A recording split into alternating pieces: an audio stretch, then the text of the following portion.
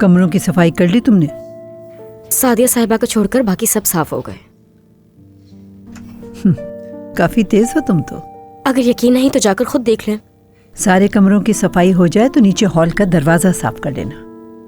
क्या वाकई सारे रूम्स देखेंगी? हाँ बिल्कुल, सारे देखूंगी मैं अच्छी तरह।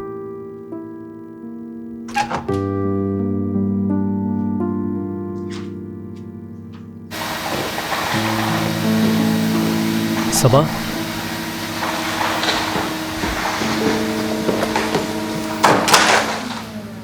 जिसको देखो घर की सफाई में ही मसरूफ है।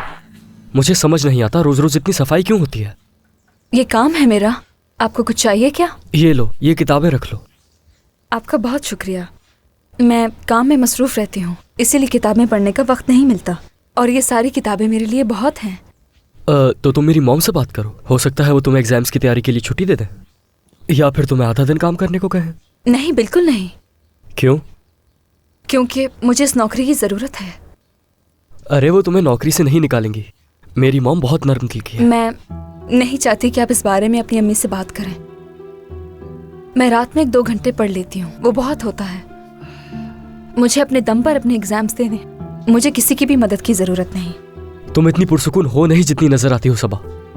अचानक से ही गुस्सा हो जाती हो। क्या मैं? हाँ तुम।